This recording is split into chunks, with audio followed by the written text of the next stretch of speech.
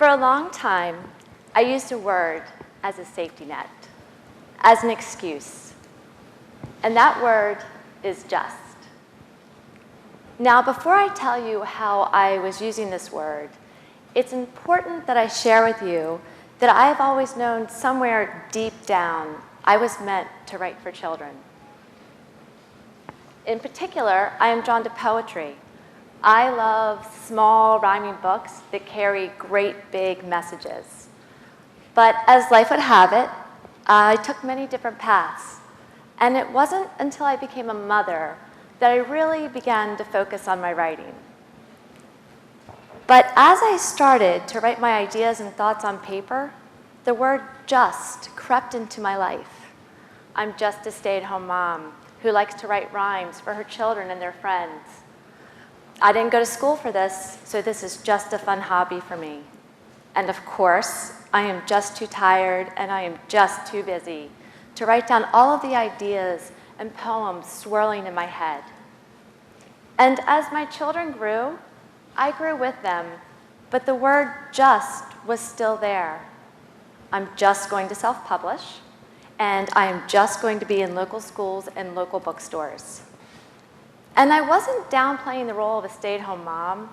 I've always known the value of moms, dads, caregivers, working or staying at home. That wasn't it.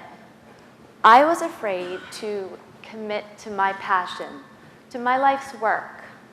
I don't know if I was afraid of a lack of talent or of judgment or of the time and energy it would take.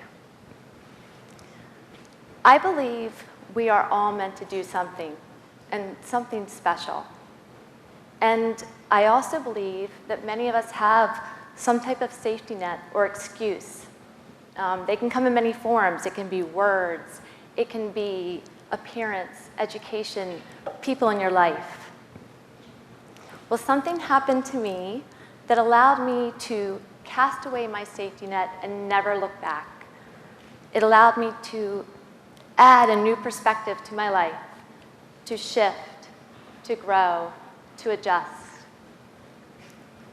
I received a phone call from the DuPont Theater in Wilmington, Delaware, a beautiful, historic 1,200-seat venue. And during this phone call, I learned that they had come across one of my books in that just local bookstore. The book was It's Not Mean to Be Green, which is a small rhyming book about a young boy who is confused by the common phrase, go green. He associates it with creepy green monsters in the night, such as witches and Frankenstein. Anyway, during this phone call, they told me that they wanted me to take this book that takes 7 minutes to read to an audience, and adapt it to a 50-minute musical, where literally thousands of students and families would have the opportunity to see it during the run of the production. Now, there were a few minor details. I would have 1 year to make it happen, and in order for it to happen, I would be in charge of everything, from the script to the songs to the set to the actors, everything.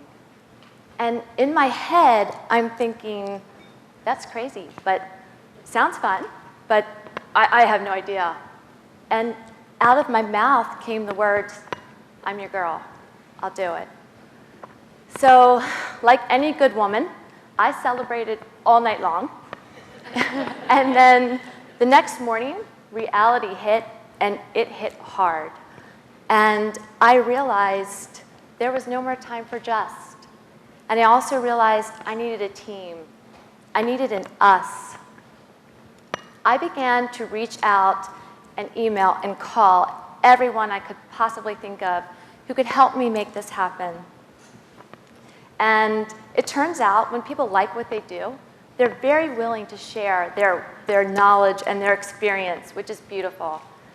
And so this guy who we love, who gives our son drum lessons, he owns a recording studio. And I somehow found the courage to start sending him the lyrics and even sing for him sometimes the songs I began to write late at night or during my early morning runs or in car line. I met with a dear friend in a coffee shop day after day and worked on the script. I went to every musical I could and snuck my way backstage or begged to go back and talk with the actors and the directors and figure out how does the set work together and what kind of props do I need. I tested material on my children. What works, what doesn't, what's funny, what's not. And I discovered the truth along the way. And the truth is that this is one of many projects I am meant to do, and I'm really good at it. And it's okay to say that. And it's okay to put yourself out there. And when that kind of honesty and that kind of truth meets the adjustments I was making in my life, it creates trust. And I began to trust myself. And when you trust yourself, you trust your work. And when you trust your work becomes a living, breathing part of your team, of your us. I want to tell you about my us, a special part of it. They were my monsters from It's Not Mean to Be Green and the McDirth family. I learned along the way that everybody loves monsters, from children to adults. And together, we sold out those shows and continued to tour for 2 more years. And I'm not done yet. With my monsters and my team, I'm exploring animation and online apps and phone apps. And I really don't know how to do it yet. And it's fun and exciting and challenging and scary. But I'm still willing to say, I'm the girl who will make this happen. And so my monsters start with Trevor Evermore, a vampire who represents sustainability because he needs the earth to last as long as he does, which is forever. And then there's Greenella the witch, who flies around on her broom and supports alternative transportation. And Finn, my swamp monster, he talks about clean water and water conservation. And then Frankenstein, or Frank to me, is all about recycling because he's made from reused parts. So together, we have done so much.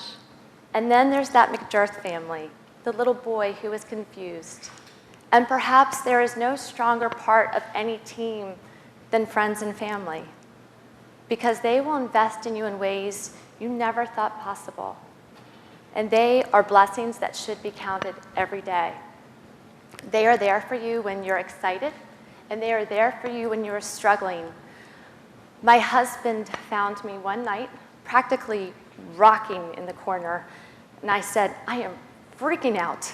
I'm overwhelmed, I'm lost. I don't know what to do with this musical, and my laundry's up to here, and I just ordered pizza again for dinner. And he said, Jamie, stop.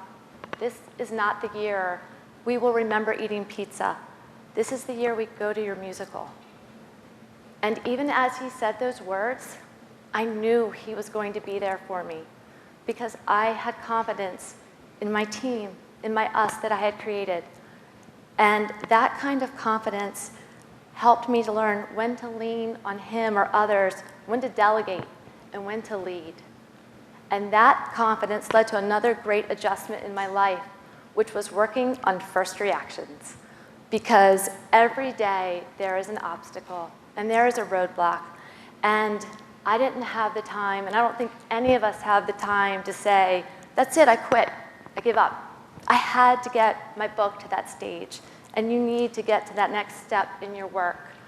So I learned to take a deep breath and think, how bad is it? You know, I always kept the picture of that end result somewhere here, what I want my grand finale to look like. But I also realized that day I just needed to get to that next step from point A to point B. And so I learned, can I do it myself? Do I call for help? And then I moved on and went to the next day. So when your safety net is gone and you have a fantastic team in place and you are adjusting all over and you have spectacular first reactions, the exciting time comes to share your work. And it is so important to share because if you have put that much love and that much time and that much care into your work, it will make a difference in someone's life.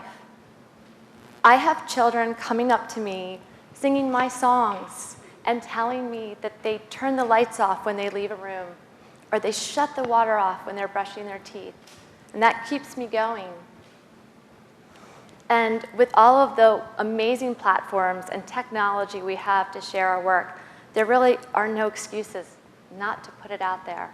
That safety net left a long time ago. So I like to think of my ideas like glitter that I throw out into the universe.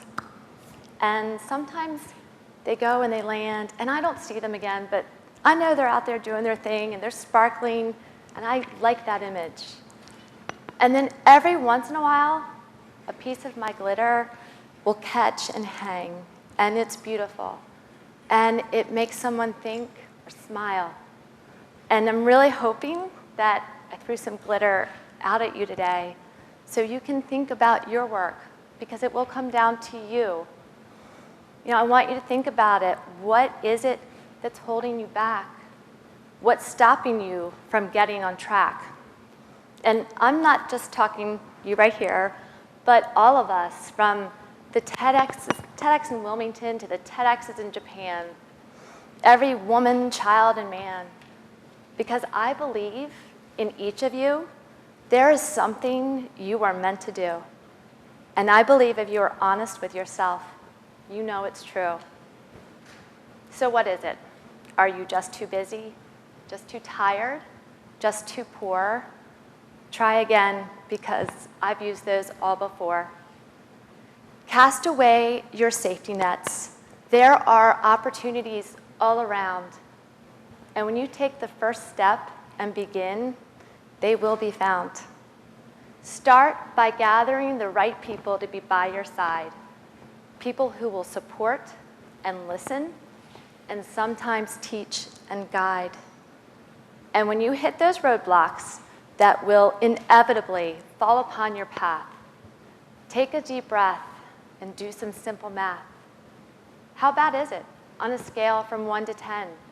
Then pick yourself up and start again. Evaluate your options, call for help. Really look and see, how can you get from point A to point B? And then the exciting time will come to share, to put your work, your glitter, your monsters out into the air. Imagine the journey you're about to take and dream of the difference I know you will make.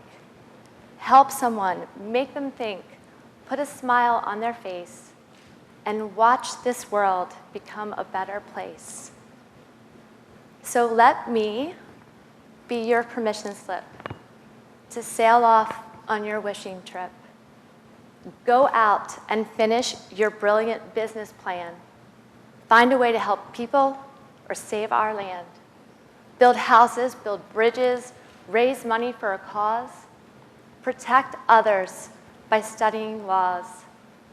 Push yourself to be a role model in sports.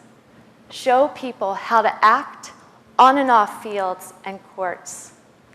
Inspire the world through art. Write books, make movies, sing, or play a song. And please, when the time is right, pass it on. Thank you.